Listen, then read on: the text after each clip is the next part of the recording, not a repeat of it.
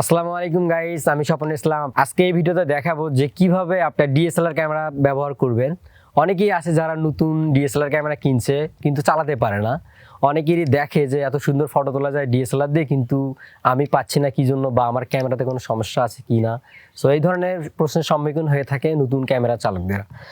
আমি দেখাবো যে কিভাবে একটা নতুন ক্যামেরা একদম প্রথম থেকে প্রফেশনাল লেভেল পর্যন্ত ক্যামেরা চালানো, অল এভরিথিং থাকবে আমার এই ইউটিউব চ্যানেলে ধারাবাহিকভাবে ভিডিও দেওয়া থাকবে।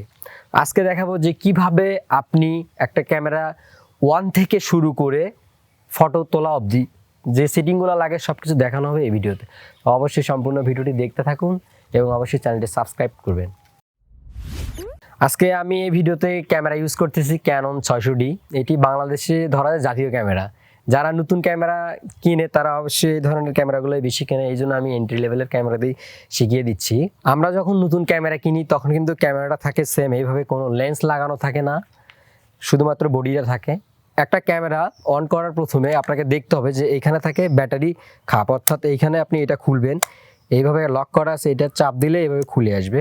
দেন এইখান থেকে ব্যাটারিটা নেবেন, ব্যাটারির পিনগুলো দেখবেন ভিতরে দেখে সেম এইটা যে একটা লক আছে, এটা সাইডের দিকে চাপ দিবেন, এটা ঢুকিয়ে দিবেন, দিয়ে এটা লক করে দিবেন।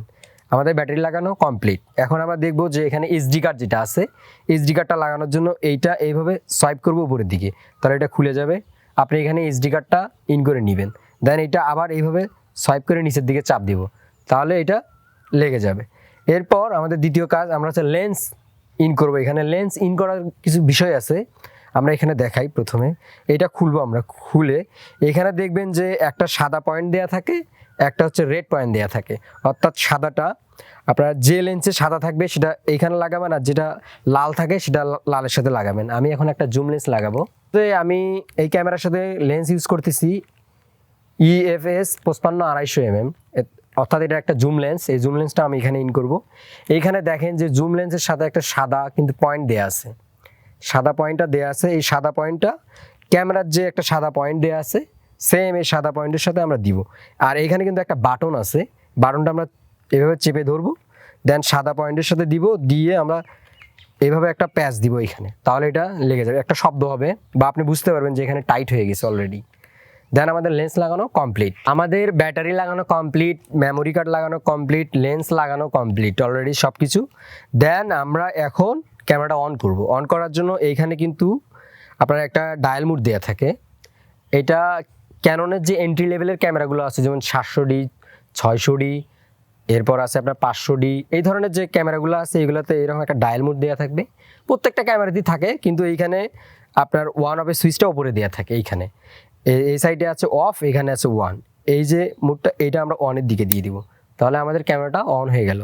সো এইখানে যে ডায়াল মুডটা আছে, এইখানে এম মুড আছে, AV mode, TV mode, P, auto plus, অর্থাৎ এখানে অনেকগুলা মুড আছে। এই মুডগুলো নিয়ে আমি বিস্তারিত আলোচনা করব, কারণ এই ভিডিওতে এত কিছু দেখানো সম্ভব না।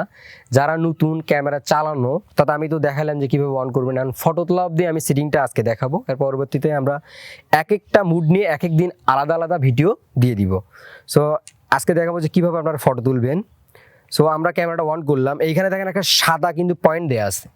সাদা পয়েন্টের সাথে যে মুডটা থাকবে, অর্থাৎ সাদার সাথে সাদা যে মুডটা থাকবে, এটা হবে মুড অ্যাক্টিভ। অর্থাৎ আমরা আজকে যেহেতু সবাই নতুন যারা ক্যামেরা চালাবো, আমরা প্রথমে এখানে দিব যে A+ মুড। এখানে দেখবেন A+ একটা মুড আছে, ওই মুডটা দিয়ে যারা নতুন এরা ছবি তুলতে পারবে খুব সহজেই, কারণ আপনার কালার, লাইট সব কিছুই ব্যালেন্স করে নেবে ক্যামেরা নিজে নিজে। এই জন্য আমরা অটো প্লাস মুডটা দিব। দিয়ে এই যে লেন্স আছে, লেন্সে কিন্তু দেখবেন যে দুইটা সুইচ, একটা থাকবে স্টেবিলাইজার আর একটা থাকবে AF অর্থাৎ এবং MF। এই দুইটা হচ্ছে ফোকাস। আমরা যদি AF এ দেই তাহলে অটো ফোকাস, এবং MF এ যদি দেই তাহলে হবে ম্যানুয়াল ফোকাস। এই ফোকাস নিয়ে আমি আলাদা ভিডিও বানাবো, ওইটাতে আপনারা বুঝতে পারবেন যে অটো ফোকাস কি এবং ম্যানুয়াল ফোকাস কি। আজকে শর্টকাটে বুঝে দিই। অটো ফোকাস অর্থাৎ আপনার ক্যামেরাতে যে শাটার বাটন ক্লিকটা আছে, এই যে শাটার বাটন, এটাতে ক্লিক করলে সব কিছু অটো নিবে ক্যামেরা, আপনার যে ফোকাস করতে চাচ্ছেন সেটা অটো করে নিবে। আর যদি ম্যানুয়াল করেন তাহলে সেটা পরবর্তীতে আমি দেখাবো যে এই রিংটা ঘুরিয়ে ঘুরিয়ে করতে হবে। সো আমরা এখান থেকে অটো করে দিব, আর স্টেবিলাইজারটা অফ থাকলে আমরা এখান থেকে অন করে দিব। দেন আমাদের সব কিছু কমপ্লিট। এখন আমরা ছবি তুলব। ছবি তোলার জন্য ক্যামেরাতে দেখবেন কিন্তু অনেকগুলো বাটন আছে, যেমন iOS এর বাটন আছে, এটা হচ্ছে শাটার বাটন, আবার এখানে আছে মেনু বাটন, এটা সিটিং বার করার জন্য, এখানে ইনফরমেশন বার করতে পারবেন, এখান থেকে ভিডিও মুড, এই ডিটেলস নিয়ে আমি আলাদা একটা ভিডিও বানাবো সব কিছু নিয়েই। যেমন এখানে যে প্রিভিউ মুড আছে, ডিলেট মুড আছে, এভি মুড আছে। সো আজকে আমরা ফটো তোলাটা দেখাবো। এইখানে কিন্তু আপনারা একটা গ্লাস দেখতেছেন, অর্থাৎ চোখ দিয়ে দেখার জন্য এটাকে বলা হয় ভিউ ফাইন্ডার। এটা দিয়ে আমরা চোখ দিয়ে দেখে ফটো তুলতে পারবো। সব কিছু কমপ্লিট, তখন আমরা এখন এইটাতে দেখবো, এইভাবে দেখবো, দেখে আর যদি জুম লেন্স থাকে তাহলে আমরা এটাতে জুম করতে পারবো। সো এইভাবে আমরা যখন ফোকাস করব, আমাদের সাবজেক্টটাকে নিয়ে নিব, দেন ছবিটা তোলার জন্য এই যে শাটার বাটনটা আছে এটাতে ক্লিক করব। জাস্ট এইভাবে আমাদের সাবজেক্টটার দিকে ফোকাস করে শাটার বাটনে 1 সেকেন্ড পরিমাণ সময় ক্লিক করে ধরে থাকবো, তাহলে আমাদের ছবিটা উঠবে। এই তো আমার ছবিটা অলরেডি উঠে গেল।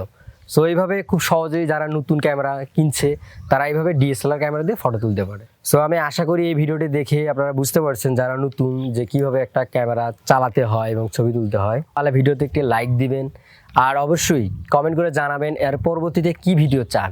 আর চ্যানেলটি সাবস্ক্রাইব করে পাশে থাকবেন, কারণ আমার এই চ্যানেলে এখন থেকে নিয়মিত ফটোগ্রাফি রিলেটেড ভিডিও থাকবে, যেখানে আপনারা ফটো তোলা, ফটো এডিটিং এবং ফটোগ্রাফির এভরিথিং আমি এই চ্যানেলে নিয়মিত ভিডিও আপলোড করে দিব। সো এই জন্য অবশ্যই চ্যানেলটি সাবস্ক্রাইব করতে হবে এবং ভিডিওগুলো শেয়ার করে দিতে হবে। এর পরবর্তীতে অন্য কোনো ভিডিও নিয়ে আপনাদের সাথে আবার দেখা হবে। আল্লাহ হাফেজ।